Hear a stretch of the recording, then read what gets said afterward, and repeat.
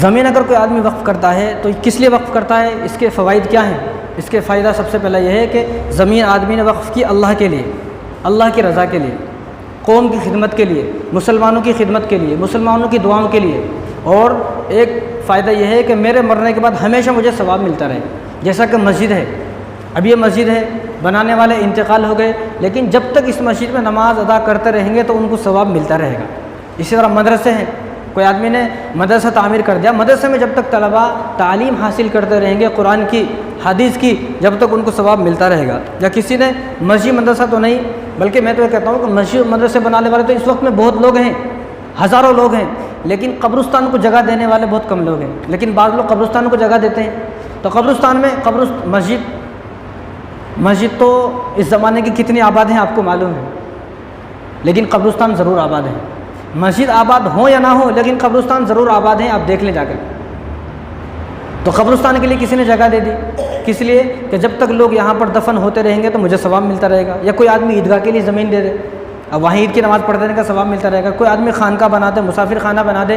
ان سب چیزوں کا فائدہ کیا ہے کہ مرنے کے بعد بھی آدمی کو ثواب ملتا رہتا ہے۔ اس دنیا سے چلا گیا لیکن قیامت تک ثواب ملتا رہے گا۔ قیامت تک غریبوں کی دعائیں، یتیموں کی دعائیں، بے سہارا لوگوں کی دعائیں، بیواؤں کی دعائیں اس کو ملتے رہیں گی۔ لیکن آج کل حال کیا ہے؟ دل ذرا سخت ہو گیا ہے۔ آج میرا مال صرف میرے لیے۔ اس زمانے میں مال کماتے تھے تو یہ نہیں سوچتے تھے میرا مال میرے لیے، میرا مال میرے رشتہ داروں کے لیے بھی ہے، میرا مال غریبوں کے لیے بھی ہے، اور میرا مال یتیموں کے لیے بھی ہے۔ آج سوچ کیا ہے؟ میرا مال صرف میرا ہی ہے۔ اب وہ مال زندگی میں کسی کو دیا نہیں، اسی طرح مر گیا، مرنے کے بعد وہ اولاد آپس میں لڑ رہی ہے، مر رہی ہے، آپس میں ایک دوسرے کو قتل کر رہی ہے، آپس میں ایک دوسرے کے خلاف کیس کر رہی ہے۔ جاؤ یہاں پہ پولیس اسٹیشن ہے، ذرا پوچھو جا کر کتنے بھائیوں کے کیس آئے ہوئے ہیں، کتنے بڑے بھائی نے چھوٹے بھائی کو مار دیا، بعد چھوٹے بھائی نے بڑے بھائی کو مار دیا۔ دیورانی جیٹھانی کی لڑائیاں ہیں، صرف کس لیے؟ دولت کی وجہ سے۔ اگر یہ شعور ہوتا، اتنا آدمی عقل مند، جتنا اپنے آپ کو عقل مند دکھانے کی کوشش کرتے ہیں آدمی، سچ میں اگر اتنا عقل مند ہوتا تو اپنے زندہ رہتے ہوئے جو یہ ہزاروں ایکڑ کی زمین ہے، اس زمین میں سے تھوڑی سی زمین اللہ کے لیے وقف کرتا۔ لیکن آج کا مسلمان بے رحم ہو چکا ہے، سخت دل ہو چکا ہے۔ حالانکہ رسول اللہ صلی اللہ علیہ وسلم نے کیا ارشاد فرمایا؟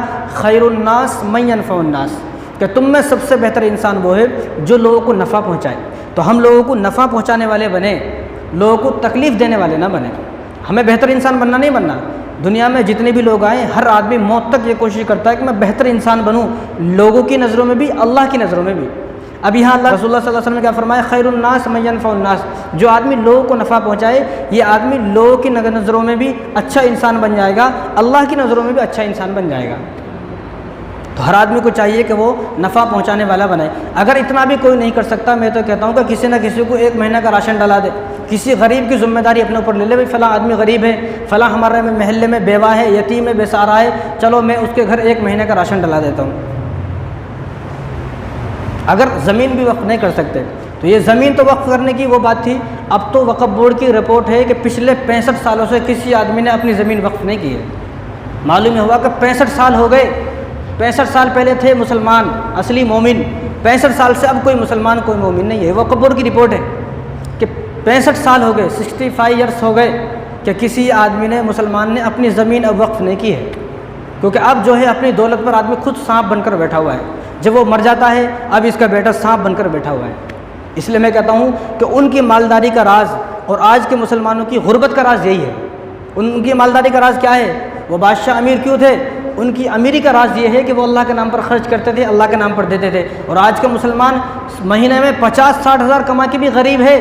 اس کی غربت کا راز یہی ہے کہ اللہ کے راستے میں خرچ نہیں کرتا ہے، کیونکہ ہوس اور لالچ اور دولت سے اتنی زیادہ محبت ہو گئی ہے کہ اب تو ایک مسلمان کو اگر دیکھتا ہے تو حسد اور بغض پیدا ہوتا ہے۔ ایک مسلمان کو دیکھ کر خوشی نہیں ہوتی ہے، حالانکہ مسلمانوں کو دیکھ کر آدمی کو مسکرانا چاہیے، خوش ہونا چاہیے، لیکن اب کیا ہے؟ بغض اور حسد اور کینہ اور ایسا دل میں ایک بھرا ہوا ہے کہ ہر آدمی کو یہ ایک ریس لگی ہوئی ہے کہ مجھے اس سے زیادہ پیسے کمانا ہے۔ زیادہ پیسے کمانے کے چکر میں اسی طرح آدمی مر جاتا ہے، اپنی ایک گز زمین بھی اللہ کے نام پر وقف نہیں کرتا ہے، حالانکہ وقف کرنی چاہیے۔